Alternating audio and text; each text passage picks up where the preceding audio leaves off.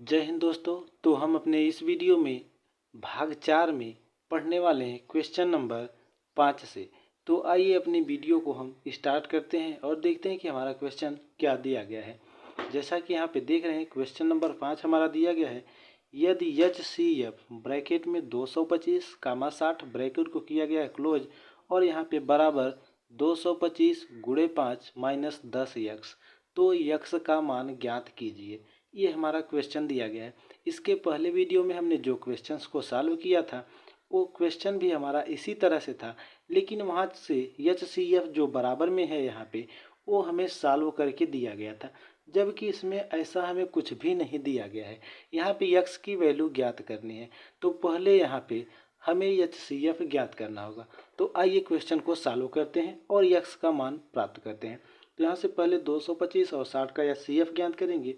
तो यहाँ से 225 को अभाज्य गुणनखंड के रूप में लिखेंगे। तो यहाँ से 225 बराबर, अब इसका जब अभाज्य गुणनखंड करेंगे तो यहाँ से इसका अभाज्य गुणनखंड हो जाएगा 3 गुणे 5 गुणे 5, यहाँ से आ जाएगा। अब 60 का भी अभाज्य गुणनखंड करेंगे तो 60 को हम लिख सकते हैं 2 गुणे 3 गुणे 5, यहाँ से हमने 60 का अभाज्य गुणनखंड कर दिया। अब यहाँ से इसका HCF ज्ञात करेंगे तो यहाँ से HCF हमारा आ जाएगा। अब HCF अगर यहाँ से ज्ञात करेंगे तो HCF जो वैल्यू कॉमन होगी, तो यहाँ से देखिए 2 इसमें है 2 इसमें नहीं है तो कॉमन नहीं बनेगा। यहाँ पे 3 है यहाँ पे भी 3 है तो यहाँ से हो जाएगा 3, फिर यहाँ पे भी 5 है इसमें भी 5 है तो गुणे यहाँ से 5। अब यहाँ से 3 में 5 का गुणा कर देंगे तो आ जाएगा यहाँ से 15। तो यहाँ से हमारा HCF कितना गया 15। अब यहाँ से हमें सॉल्व करके क्वेश्चन जो दिया गया उसका मान निकालना है। तो यहाँ से लिखेंगे हम HCF जो हमारा क्वेश्चन दिया गया है 225 कामा 60 और यहाँ से बराबर का सिंबल लगाएंगे। आगे जो क्वेश्चंस दिया गया है 225 गुणे 5 और यहाँ से माइनस 10x। अब यहाँ से हमने HCF 225 और 60 का ज्ञात किया है तो यहाँ से HCF आया 15। तो यहाँ से अब इसके स्थान पे रख देंगे 15 और यहाँ से बराबर का सिंबल लगाएंगे और यहाँ से इसे गुणा करेंगे। तो यहाँ से जब इसका गुणा करेंगे तो ये 5 पचे 25 और 5 दूनी 10, 2 12 और 5 दूनी 10 और 1 11 आ जाएगा। और यहाँ से माइनस 10x है तो माइनस 10x। अब यहाँ से x की वैल्यू ज्ञात करनी है तो माइनस है, इसे इस तरफ पक्षांतर कर देंगे और 15 को इस तरफ पक्षांतर करेंगे तो यहाँ से हो जाएगा 10x, ये प्लस में हो जाएगा और यहाँ से बराबर 125 माइनस में 15। अब यहाँ से सॉल्व करेंगे तो यहाँ से आ जाएगा 10x बराबर 125 में से 15 को घटा देंगे तो 125 में से 15 को घटाएंगे तो यहाँ 1125 में से 15 को घटाएंगे तो यहाँ से आ जाएगा 1110 आएगा, क्योंकि 5 से 5 जीरो आ जाएगा। यहाँ से 2 से 1 घटेगा 1 और ये जो 1 1 है इस तरह से उतार लेंगे। अब यहाँ से x की वैल्यू ज्ञात करेंगे तो x बराबर 1110 और ये बटे में 10, ये जो 10 यहाँ पे था गुणा के रूप में इधर आएगा पक्षांतर तो भाग हो जाएगा। यहाँ 0 से 0 कैंसिल हो जाएगा। अब 111 में जब 1 से भाग देंगे तो यहाँ से x का मान निकल के आ जाएगा हमारा 111। तो यहाँ से x की वैल्यू हमने प्राप्त कर ली 111। तो ये हमारे इस क्वेश्चन का आंसर होगा। आई होप आप लोगों को समझ में भी आ रहा होगा और वीडियो भी अच्छी लग रही होगी। तो वीडियो को लाइक ज़रूर कीजिएगा। अब चलते हैं अपने नेक्स्ट क्वेश्चन पे। क्वेश्चन नंबर 6 हमारा दिया गया कि यदि HCF 120 कामा 225 बराबर में 15 तो LCM 120 कामा 25 ज्ञात कीजिए। तो यहाँ क्वेश्चन समझने में दिक्कत तो नहीं हो रही होगी आप लोगों को, लेकिन एक बार हम पुनः समझाने की कोशिश करेंगे। यहाँ जो HCF 120 और 25 का दिया गया है ये सॉल्व करके दिया है 15। जिन भी विद्यार्थियों को डाउट होगी 15 आएगा या नहीं तो इसका HCF ज्ञात करके देख लेना। तो यहाँ से इसका HCF दिया गया 15, तो कहा गया कि LCM इसी संख्या का ज्ञात करना है।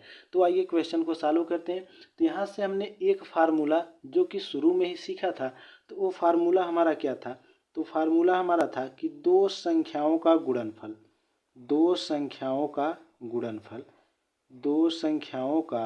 गुणनफल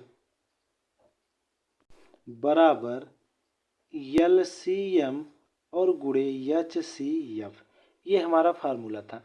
अब यहाँ पे दो संख्याएं दी गई हैं और यहाँ पे उनका HCF भी दिया गया, हमें LCM ज्ञात करना है।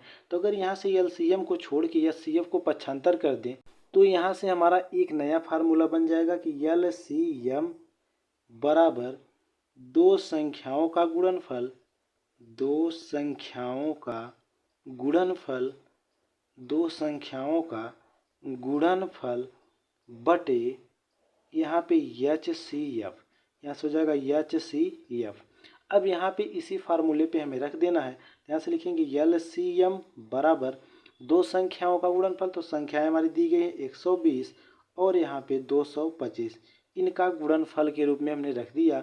और बटे में HCF, तो HCF हमारा 15 दिया गया है, तो यहाँ से हमने रख दिया 15 को। अब यहाँ से कैंसिल करेंगे तो 15 एकम 15 और 15 अट्ठे 120। अब यहाँ से जो शेष बचा है उसका गुणनखंड कर देंगे, तो यहाँ से आ जाएगा LCM बराबर, तो 225 में 8 से अगर गुणा करेंगे तो यहाँ से आ जाएगा हमारा 1800। अब यहाँ पे गुणा करके आप लोग देख लेना, तो यहाँ पे LCM हमारा कितना आ जाएगा 1800। यही हमारे इस क्वेश्चन का आंसर होगा। आइए अब चलते हैं अपने नेक्स्ट क्वेश्चन पे। क्वेश्चन नंबर 7 हमारा दिया गया, नीचे दी गई आकृति में x तथा y के मान ज्ञात कीजिए। यहाँ पे ये जो आकृति बना के लिखा गया है क्वेश्चन, इसे कहते हैं ट्री मेथड यानी वृक्ष विधि। कुछ छात्र ऐसे होंगे जो इन्हें सॉल्व तो कर लेते हैं लेकिन उनका परफेक्ट तरीका नहीं रहता कि इसे सॉल्व किस तरह से किया जाता है। कहीं कहीं क्वेश्चन में सॉल्व तो करते हैं जो आसान लगते हैं और कुछ क्वेश्चन ऐसे आते हैं जिनमें उन क्वेश्चनों को सॉल्व करना मुश्किल हो जाता है। तो ध्यान ये रखना है कि हम अपने घरेलू लैंग्वेज में समझ सकते हैं कि अगर कोई वृक्ष है जिसे पेड़ कहते हैं तो उस पे चढ़ने के लिए हमें जड़ यानी नीचे से शुरू करते हैं। तो इसी तरह से इस क्वेश्चन को भी सॉल्व करने के लिए हमें नीचे से स्टार्ट करना होगा। नीचे का मतलब जो सबसे नीचे वाली शाखा आएगी। जैसे इस क्वेश्चन को समझे तो ये जहाँ से शुरू हो रहा है ये हमारा शीर्ष होगा और ख़त्म यहाँ 3 और 7 पे हो रहा है, तो ये हमारा जड़ का कार्य करेगा, अर्थात यहाँ नीचे से शुरू करेंगे। अब जब ये शुरू करेंगे क्वेश्चन को सॉल्व करना तो ये जिसमें से ये दो शाखाएं फूटी हुई हैं ये टोटल इनके गुणनफल उस शाखा के बराबर होंगे। जैसे यहाँ से देखें तो x से दो शाखाएं निकली हुई, एक इधर गया है और एक इधर, तो इनका दोनों का गुणनफल इसके बराबर होगा। यानी 3 और 7 का गुणनफल किसके बराबर होगा, x के बराबर होगा। तो आइए सॉल्व करते हैं क्वेश्चन को। तो यहाँ से लिखेंगे तो ये हो जाएगा x बराबर 3 और 7 का गुणनफल इसके क्या हो गया बराबर। तो यहाँ से 3 में 7 का गुणा करेंगे तो 3 सत्ते आ जाएगा 21। तो यहाँ से x की वैल्यू हमारी कितनी आ गई 21 आ गई। अब इसी तरह से देखें तो यहाँ x की वैल्यू 21 आ गई। अब यहाँ से y से देखें तो दो शाखाएं, एक 4 है और एक x, तो y भी हमारा किसके बराबर होगा 4x के बराबर होगा। अब यहाँ से x का मान हमने ज्ञात किया है तो यही x का मान यहाँ पे रख देंगे, तो लिखेंगे 4 गुणे यहाँ पे 21। अब यहाँ से इसका गुणा कर देंगे, तो जब गुणा करेंगे तो यहाँ से y बराबर, तो 21 में 4 का अगर गुणा करते हैं तो 21 चौक 84 हो जाएगा। ये हमारे y का मान आ जाएगा। तो यहाँ से हमारे इस क्वेश्चन का आंसर आया x बराबर 21 और y बराबर यहाँ से 84। तो यहाँ से इसे इस तरह से भी लिख सकते हैं कि x बराबर 21 कामा y बराबर 84। इस तरह से ये हमारे क्वेश्चन का आंसर होगा। तो आइए अब चलते हैं अपने नेक्स्ट क्वेश्चन पे, देखते हैं कि नेक्स्ट क्वेश्चन हमारा क्या दिया गया है। क्वेश्चन नंबर 8 हमारा दिया गया है कि 18 और 117 के HCF को 18m-117 के रूप में दर्शाया गया है। यम का मान ज्ञात कीजिए और साथ ही साथ 18 और 117 का LCM भी ज्ञात कीजिए। ये क्वेश्चन नंबर 8 हमारा दिया गया है। तो इसमें हमारा जो 18 और 117 का LCM के रूप में कहा गया है कि 18m-117 को दर्शित किया गया है, तो यहाँ से हमें यम का मान ज्ञात करना है और साथ ही साथ इनका LCM भी ज्ञात करना है। तो यहाँ यम के मान को ज्ञात करने के लिए इसके पहले हमने क्वेश्चन नंबर 5 को सॉल्व किया है। ठीक उसी तरह से इस क्वेश्चन को भी सॉल्व करना होगा। तो पहले यहाँ से 18 और 117 का हमें HCF ज्ञात करना होगा। तो यहाँ से 18 और 117 को अभाज्य गुणनखंड के रूप में लिखेंगे। तो यहाँ से 18 को जब लिखेंगे अभाज्य गुणनखंड के रूप में तो इसे लिख सकते हैं 2 गुणे 3 गुणे 3, यहाँ पे 18 को। और इसी तरह से 117 को लिखेंगे तो 117 को क्या लिख सकते हैं हम, यहाँ से 3 गुणे 3 गुणे 13 इस तरह से लिख सकते हैं। अब यहाँ से इनका HCF ज्ञात कर लेंगे। तो यहाँ से जब HCF ज्ञात करेंगे तो यहाँ से देखें ये 3 और ये 3 कह सकते हैं कि दोनों 3 कॉमन बन रहे हैं। तो यहाँ से लिखेंगे 3 गुणे 3 और यहाँ पे सॉल्व कर लेंगे तो आ जाएगा 9। तो यहाँ से हमारा HCF प्राप्त हो गया 9। अब यहाँ पे हमें करना क्या है, अब इस क्वेश्चन को हम इस तरह से लिख सकते हैं जैसे हमने 5 को सॉल्व किया। HCF 18 और 117 बराबर में दिया गया है 18m माइनस में 117। अब यहाँ पे देखें तो अब आप लोगों को भी समझ में आ रहा होगा कि ये क्वेश्चन नंबर 5 तो ही बना। अब यहाँ पे इसका मान रखेंगे तो यहाँ से हमने इसका मान ज्ञात किया कितना 9। तो यहाँ से लिखेंगे 9 बराबर यहाँ से 18m माइनस में 117। अब यहाँ से 117 माइनस में है तो इसे इस तरफ पक्षांतर कर देंगे प्लस में। तो हम इसे इस तरह से भी लिख सकते हैं कि 18m बराबर 117 और प्लस में 9। अब यहाँ से इसे सॉल्व करेंगे तो जब यहाँ से सॉल्व करेंगे तो आ जाएगा 18m बराबर यहाँ से जोड़ देंगे तो हो जाएगा 126। तो 18m बराबर 126। अब यहाँ से m की वैल्यू ज्ञात करेंगे तो लिखेंगे m बराबर 126 बटे में 18। अब यहाँ से इसे कट करेंगे तो यहाँ से जब कट करेंगे तो 18 एकम 18, 18 सत्ते 126 होता है। तो यहाँ से m बराबर आ जाएगा हमारा 7। तो यहाँ से m की वैल्यू तो हमने ज्ञात कर ली। एक मान तो हमने ज्ञात कर लिया कि m का मान ज्ञात करना था, m को हमने ज्ञात कर लिया। अब यहाँ से जब हमने m को ज्ञात कर लिया है, अब यहाँ पे कहा गया कि हमें LCM भी ज्ञात करना है।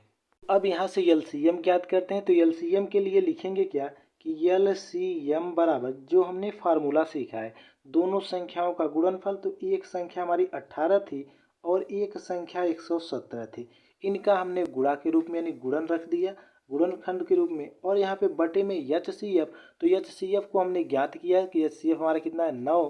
तो यहाँ से रखेंगे 9 और यहाँ से कैंसिल आउट करेंगे 9 एकम 9 और 9 दूनी के 18। अब यहाँ से 117 में हम 2 का गुणा करेंगे तो यहाँ से हो जाएगा LCM बराबर, तो LCM बराबर अब इसका जब गुणा कर देंगे तो ये 2 7 या कह सकते हैं कि 2 सत्ते 14 या 7 दूनी 14 और यहाँ से 2 एकम 2 1 बचा हासिल, इसे लगा देंगे तो 3 हो जाएगा और 2 एकम 2। ये आप लोग भी गुणा करके देख लेना। तो यहाँ से LCM हमारा कितना आ जाएगा 234। तो ये हमारे इस क्वेश्चन का आंसर होगा। तो यहाँ हमने m के मान को भी ज्ञात किया और यहाँ से LCM को भी ज्ञात किया। अब आइए चलते हैं अपने इस वीडियो के आखिरी क्वेश्चन पे, क्वेश्चन नंबर 9। देखते हैं क्या दिया गया है हमारा क्वेश्चन।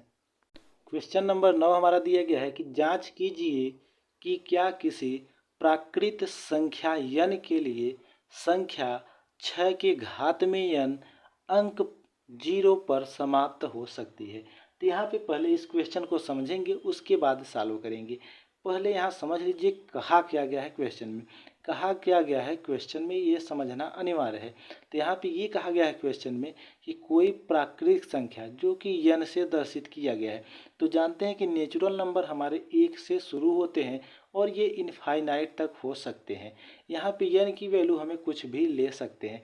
और कहा गया है कि जब यहाँ n के लिए संख्या 6 की पावर n, तो यहाँ पे 6 की पावर n दिया गया है यानी यहाँ से n की वैल्यू कुछ भी रख सकते हैं तो अंक 0 पर समाप्त हो जाएंगे। जैसे यहाँ पे थोड़ा सा समझने की बात है, अगर यहाँ पे 6 के पावर n लिखा गया है, अगर यहाँ पे 6 के पावर n तो n की वैल्यू अगर 1 रख दें तो यहाँ से क्या आएगा 6 ही आएगा। और यहाँ से 6 के पावर में 2 रख दें तो 6 गुणे 6 कह सकते हैं कि 36 ही आएगा।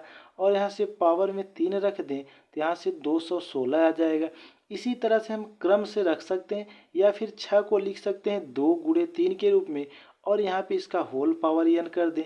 अब यहाँ पे n की वैल्यू 1 रखें तब पर भी यही वैल्यू आने वाली है।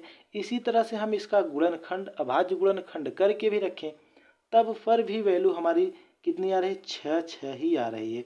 अब यहाँ पे ये वैल्यू जो 6 आ रही है तो ये वैल्यू हमारी अंक जो है हमारे ये अंत वाले अंक हैं यानी समाप्ति के अंक है। और यही क्वेश्चन में कहा गया है कि अगर यहाँ पे 6 की पावर n लिखा गया है तो क्या जो ये लास्ट वाला अंक समाप्त होगा ये 0 पे समाप्त होगा, ऐसा क्वेश्चन में कहा गया है। अब जानते हैं कि जीरो का निर्माण तभी होता है जब किसी गुणनखंड में 2 हो और इसके साथ में 5 भी विद्यमान हो।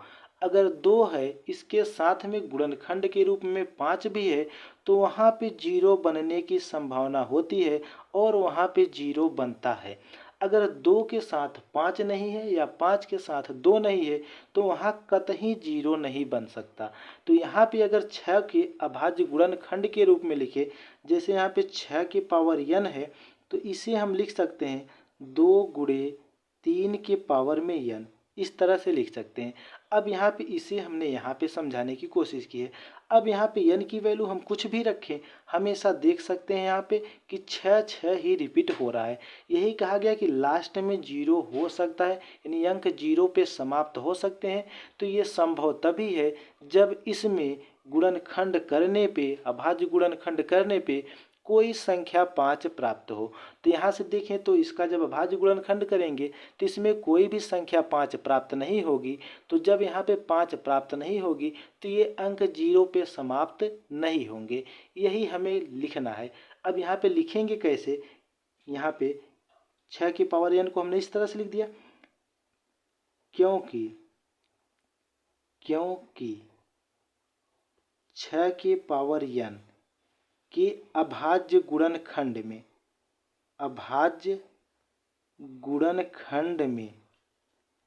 6 की पावर n के अभाज्य गुणनखंड में 5 नहीं है। यहाँ पे हमने लिखा भी है और समझाया भी है, 5 नहीं है। अतः